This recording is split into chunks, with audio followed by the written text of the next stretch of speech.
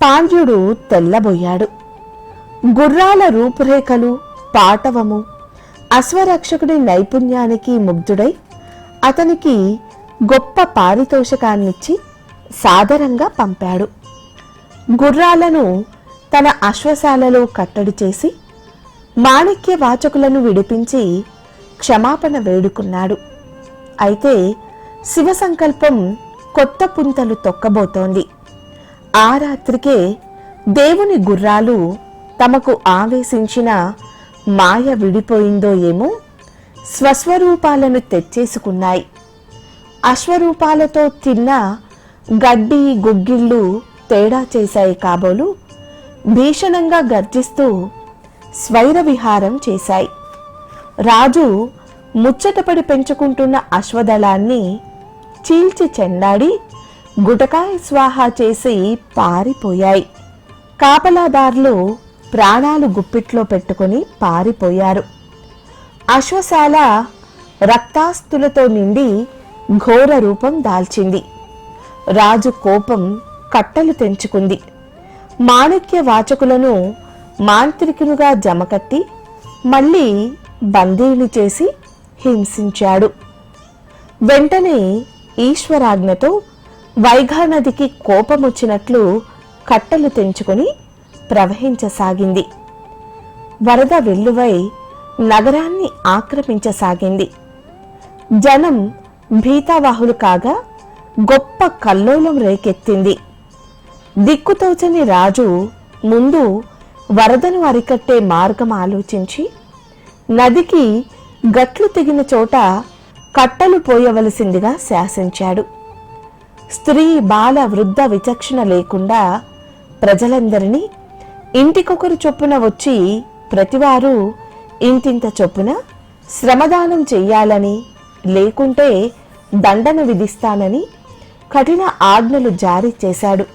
దండ పారుష్యానికి భయపడ్డ ప్రజలు తిండి తిప్పలు మాని ఆలుబిడ్డలను మరచి వంతుల చొప్పున పనులు చేయసాగారు. ఎంత కట్టలు కట్టినా కట్టడి కావట్లేదు నదీమ తల్లి. వేగవతి కదా ఆమె. రాత్రులు పగలు గట్ల వెంబడి పహారా కాయసాగారు సైన్యం. రాజుకు మనసు అల్లకల్లోలం కాగా దిక్కుతోచకుండా అయింది. ఆ నగరి పేదలవాడలో పిట్టువాణి అనే అవ్వ దిక్కులేనిది కావడంతో ఆవిరిపై వండిన కుడుములను అమ్ముకొని ఎట్లో జీవితాన్ని నెట్టుకొస్తుంది. ఒకనాడు ఆమె వంతు వచ్చింది. నా అన్నవారు లేని ఆ అవ్వ ఎవరిని పంపగలదు? తాను ముసలివగ్గు. పోనీ ఎవరినైనా కూలి ఇచ్చి పంపుదామంటే కాసేది. ఇలా తడవిట్లు పడుతూ ఏమి చేతురా పరమేశ్వరా అంటూ కూలబడ్డది. దయాసాగరుడైన ఈశ్వరుడు ఆమె దీనావస్థకు కరిగి ఒక మోటువాడైన కూలివాని వలె తయారై తట్ట, పలుగు, పార మొదలైన పరికరాలతో ఆమె వద్దకు వచ్చాడు. కూలి కావాలా అవ్వా అని అడిగాడు. కావాలి నాయనా, కానీ నా దగ్గర కానీ కూడా లేదయ్యా, ఏం చేసేది అన్నది దీనంగా. కాసు లేకుంటే పోనీ కుడుములు చేస్తావట కదా, కడుపు మాడుతుంది.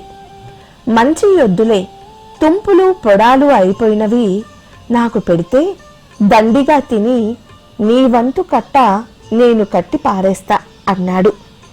అవ్వ ముఖం చాటంతైంది. తుంపులేని కర్మ నాయన, మంచివే తిందువులే అంటూ వండబోతే అన్నీ తుంపులే అయి కూర్చున్నాయి. అరే, ఎప్పుడూ ఇలా అవలేదే, ఇదేం వింత అనుకుంటూ అవ్వ ఆ తుంపులన్నీ కూలివానికిస్తే అతడు మూట కట్టుకొని లొల్లాయి పాట పాడుకుంటూ వెళ్ళిపోయాడు. అవ్వ లోనికొచ్చి చూస్తే ఆశ్చర్యం, గిన్నెలో కుడుముల పిండి తరగలేదు. ఇప్పుడే కదా తాను ఆ పిండినంతా వండి కుడుములు చేసింది. కాస్తా కూస్తానా సేరు పిండి అంతా వండి కూలివాడికి కాదు కాదు, అతడు నన్ను బ్రోచేందుకు దిగి వచ్చిన ఆ ఆలవాయి చొక్కనాథుడే సుమా ఆ పచ్చని తల్లి పెనిమిటి బోళాశంకరుడు, పేరుకు తగ్గట్లే అందగాడు. సత్య శివ సుందరేశ్వరుడు. తుంపులిమ్మన్నాడు, అన్నీ తుంపులే అయ్యాయి. కాకేం చేస్తాయి, వాడు అవే కోరితే చేసిచ్చింది కూడా నా పిండితో కాదని నిరూపించి చక్కా పోయాడు. తానిచ్చిన దేహంతోనే, మాటలతోనే, మనసుతోనే తనను ఆరాధించమంటున్నాడు. పైపెచ్చు దానికి ప్రతిఫలంగా బ్రహ్మానందం, బ్రహ్మజ్ఞానం, ఇటువంటి తనకు మాలిన ధర్మం ముల్లోకాల్లో ఎక్కడన్నా ఉందా? అందుకే ఈ వెర్రిగొల్లాడు ఇల్లు ఒళ్ళు గుల్ల చేసుకొని వల్లకాట్లో కాలక్షేపం చేసేస్తున్నాడు. శివలోకంలో అవ్వ తన్మయ విహారం చేస్తుండగా అక్కడ వైఘానదీ తీరం వద్ద గొప్ప కోలాహలం ప్రసక్తమై ఉంది. సైనికాధికారుల అదలింపులతో, గుర్రాల సకలింపులతో, మేస్త్రీల పురమాయింపులతో జనం సవ్వడి లేకుండా పనిచేసుకుపోతున్నారు. ఎక్కడెక్కడి నుంచో రాళ్ళు మట్టి మోసుకు తెస్తున్నారు, కట్టలు కడుతున్నారు. అక్కడికి చేరాడు ఈ పనిమంతుడు. అవ్వవంతు పని చూపమన్నాడు. ఓస్ ఇంతేనా అన్నాడు పైగా. కొండంత పని అది. అధికారులు అటు వెళ్ళగా చూసి తోటి వాళ్లకి వైరాగ్యాన్ని నూరిపోయసాగాడు. మీరు తెప్పిస్తే వచ్చాయా ఈ వరదలు? ఎవరి వల్ల వచ్చాయో వారే చూసుకుంటారు అంటూ తాచెడ్డ కోతి వనమంతా చెరిచింది అన్నట్లు వారి పనులు పాడు చేయసాగాడు. విన్నంతసేపు విన్నారు వారు. చివరకు నీకేం కాదు బాబు, దుక్కలా బలిసి ఉన్నావు, 4 దెబ్బలు తిన్నా లెక్కుండదు నీకు, ఆంబోతు మీద జడివాన పడ్డట్లు, అధికారులు కొరడా ఝుళిపిస్తేనే మా ప్రాణాలు ఎగిరిపోతాయి అన్నారు తోటివారు. అంతా మీ భ్రమ, ఈ దెబ్బలు భయం అంతా భ్రాంతి అని నచ్చ చెప్పాడు. వారు మా భ్రాంతికి మమ్మల్ని వదిలేసే తండ్రి, నీకు పుణ్యం ఉంటుంది, అదిగో రాజభటులు పోమన్నారు. చూశారు అధికారులు ఈ పనిమంతుని పనితనాన్ని. గట్టిగా చీవాట్లు పెట్టారు. అంతే, పని చేస్తున్నట్లు నటించసాగాడు. పూట గడిచినా ఇతని పని అంగుళం కూడా ముందుకు కదలట్లేదు. ఇంతలో పనితీరు పర్యవేక్షించేందుకు ప్రభువుల వారే స్వయంగా అశ్వారూఢులై విచ్చేశారు. అంతా బాగానే సాగుతోంది. కానీ ఒకచోట మాత్రం తెగిన కట్ట అలాగే ఉంది. ఎవరి వంతని ప్రశ్నిస్తే వివరాలతో సహా పని దొంగ బడాయితనం బయటపడింది. చూడబోతే ఆ దొంగలాగా ఓ చల్లటి చెట్టు నీడలో పడుకుని తాత్విక గీతాలు పాడుకుంటున్నాడు. రాజును చూచి కూడా లెక్క చేయకుండా అలాగే పడుకున్నాడు. లెమ్మని అదిలించినా లెక్క చేయలేదు. దండం దశగుణం భవేత్, వీడికి అదే అర్థమవుతుందని క్రుద్ధుడైన రాజు తన రాజదండంతో అతని వీపు మీద బలంగా మోదాడు. అతని ముఖ కవళికలలో ఏ మార్పు లేదు. కాని దెబ్బ కొట్టిన రాజుతో సహా సమస్త జీవుల శరీరాలపై అది దశగుణమై 10 రెట్లై పడి మారుమ్రోగింది. అంతా ఒకేసారి గొల్లుమన్నారు. పక్వ సంస్కారి కాబట్టి రాజుకు వెంటనే అవగతమైంది. తాను ప్రహరించినది హరుని, సర్వము తానైన స్వయంభువుని, ఈశ్వరుణ్ణి అని. శివశివ, ఎంత అపచారం చేశాడు తాను అనుకుని నిర్విణ్ణుడై నిలిచాడు. పనివాని రూపములో ఉన్న పరమశివుడు వెంటనే అంతర్హితుడయ్యాడు. అశరీర వాక్కులు దిక్కులను నినదించాయి. ఇలా, ఓ రాజా, మాణిక్య వాచకుడు నా ప్రియ భక్తుడు. అతనికి ఇడుములు ఇసుమంత కలిగించినా సహించను. అతన్ని ఒక్కడిని రక్షించడానికి నీ రాజ్యానికే ఎసరు పెట్టానంటే అతనిపైనే నా ప్రేమను నీవు కొంచెం గ్రహించగలవేమో. నా ఈ లీలా విలాస కారణంగా అతని మహిమ దిగంత వ్యాప్తి చెందనున్నది. నీ శ్రేయస్సును అతని పాదముల వద్ద ఉంచాను, శరణు చెంది తరించు. ఆ వాక్కులు విని రాజు పరమాశ్చర్యానంద మానసుడయ్యాడు. వరద శమించింది వరదుని సంకల్పం చేత. రాజు స్వస్థానానికి వేగిరపడిపోతూ మార్గమధ్యంలో పిట్టువాణి అవ్వయ్యారును దర్శిద్దామని వెడితే ఆమె ఒక దివ్య లాంఛితమైన విమానంలో కైలాసం వెళ్ళిపోతోంది. కింది నుంచే ఆ పుణ్యవతికి నమస్కరించి రాజు మాణిక్య వాచకుల సన్నిధికి పోయి ఆయన పాదాలపై పడి శరణు వేడాడు. మణివాచకులు ఆయనను లేవదీసి ప్రసన్న వదనముతో కుశలమడిగాడు. నాకు క్షమాభిక్షను ప్రసాదించి రాజమకుటాన్ని స్వీకరించవలసిందని రాజు మనసారా ప్రార్థించాడు. మణివాచకులు కృపాదృష్టిని ప్రసరిస్తూ, రాజన్, శివగురుని సేవను చేపట్టిన నా మనసు రాజ్యాంగ తంత్రంలో ప్రవేశించలేదు. నా అసక్తతను, వివసత్వాన్ని మన్నించు. నీకిక ఏ కొరత ఉండబోదు. సుఖంగా రాజ్యం చెయ్యి అని లాలనతో నచ్చచెప్పాడు. రాజుచే పూజలందుకొని మణివాచకులు పరివ్రాజక వేషం ధరించి క్షేత్రాటనగా సాగిపోయాడు. అనేక తీర్థక్షేత్రాలు సందర్శిస్తూ ఆయా దేవతలను పద్యపదికాలతో స్తుతిస్తూ కడకు చిదంబరంలో స్థిరపడ్డాడు.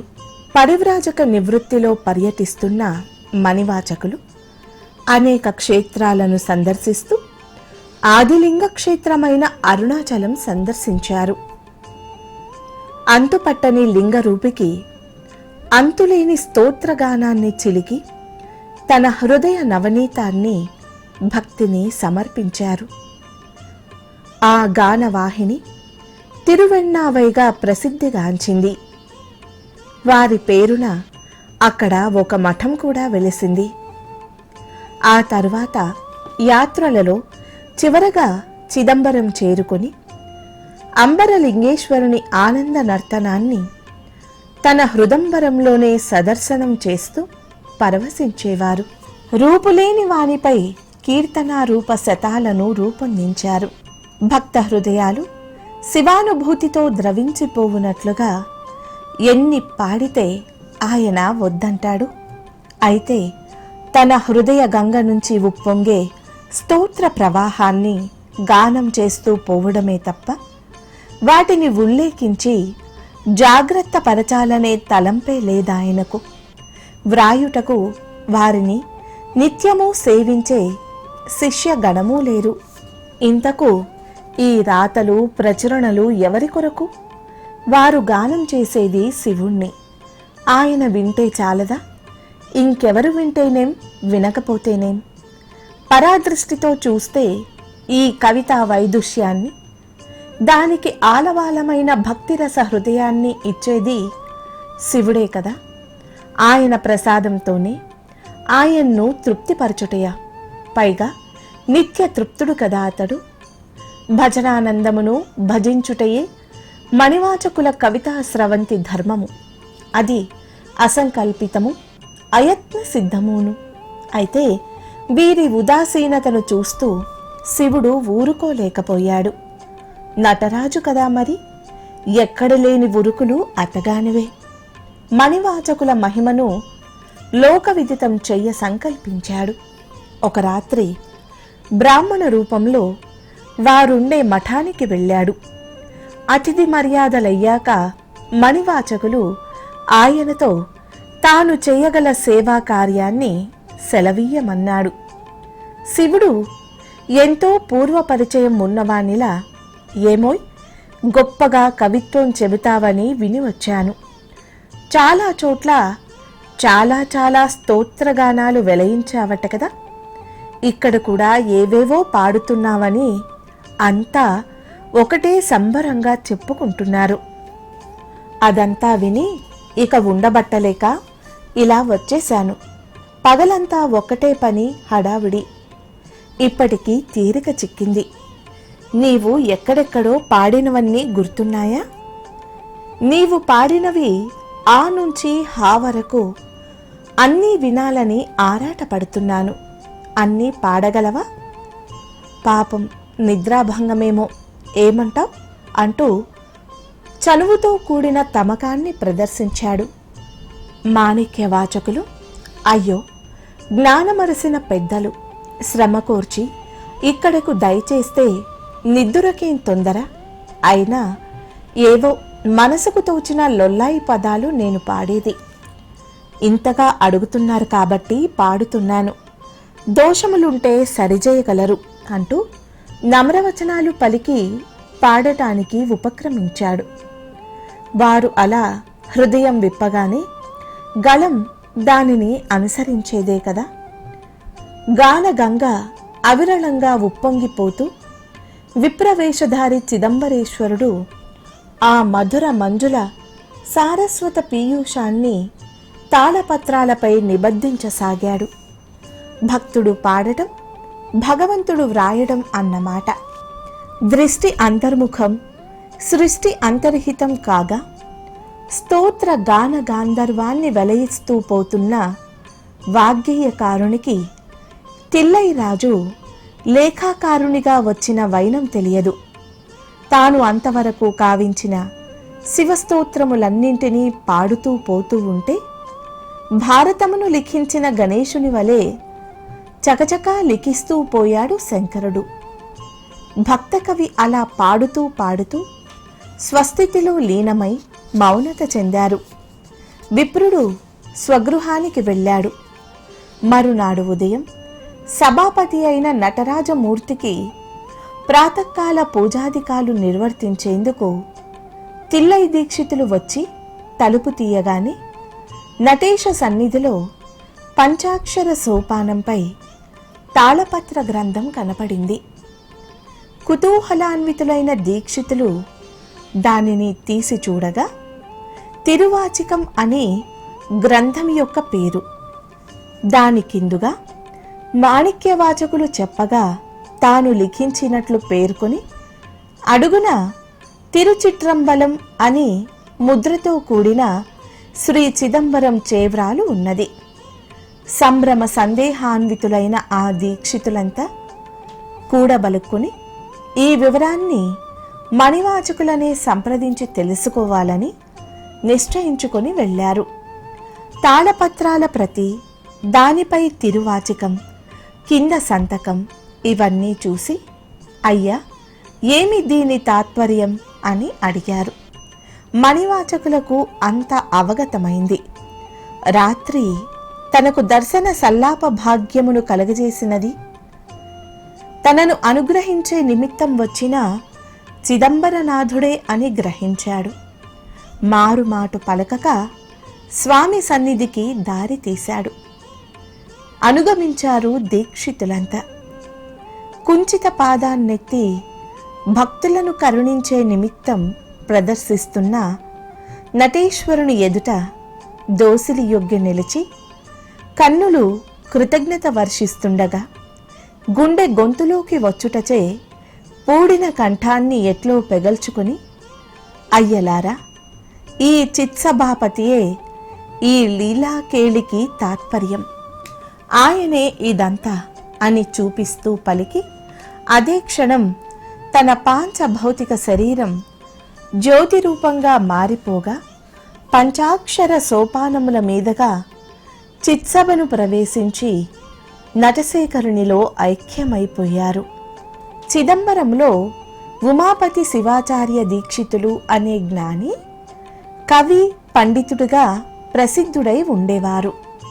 వారు ఎల్లప్పుడూ దేహాతీత స్థితిలో ఉండుట చేత వైదిక కర్మలు, శాస్త్రీయమైన అనుష్ఠానాదులు అంతగా పాటించేవారు కాదు. అంటే వారి మనసు కర్మకాండలో ప్రసక్తమవదు, ప్రవర్తించదు అన్నమాట. వీరి ఈ వింత ఆచారహీనత్వాన్ని మూర్ఖత, ధర్మభ్రష్టత అని భావించిన ఆ గ్రామస్తులు ఉమాపతి శివాచార్యులను నటరాజస్వామి ఆలయానికి రాకూడదని, అసలు గ్రామంలోనే ఉండటానికి తగరని చెప్పి బహిష్కరించారు. ఉదాసీనులైన శివాచార్యులు వారి మాటను మన్నించి ఊరి బయట ఓ చిన్న మిట్టపైన పూరిల్లు నిర్మించుకొని అందులో నివసించసాగారు. పెత్తన్ సాంబన్ అనే తక్కువ జాతి మనిషి వారి ఎందలి శ్రద్ధాభక్తుల చేత సేవకుడై ఉంటూ వారికి అవసరమైన సామాగ్రిని సమకూరుస్తూ పనులు చేసి పెట్టేవాడు. ఒకనాడు సాంబన్ కట్టెల మోపును నెత్తిన మోసుకుంటూ దీక్షితుల పర్ణశాలకు పోతున్నాడు. చిదంబర నటరాజు నటనల రాజు కదా అతడు. చిదంబర సంస్థానంలో భాగస్థుడుగా ఉన్న దీక్షితుల రూపంలో సాంబన్ను సమీపించాడు. ఒక తాళపత్రాన్ని అతని చేత ఉంచి దాన్ని ఉమాపతి శివాచార్యులకు ఇయ్యవలసిందని చెప్పి వెళ్ళిపోయాడు. సాంబన్ ఆ పత్రాన్ని శివాచార్యులకు అందించాడు. దానిని చూడగానే వారికి దానిపై అడియారుకు అడియేన్ చిత్రంబలవన్ అనగా భక్తులకు దాసుడైన చిదంబరనాథుడు అన్న మొదటి పాదం కనపడ్డది.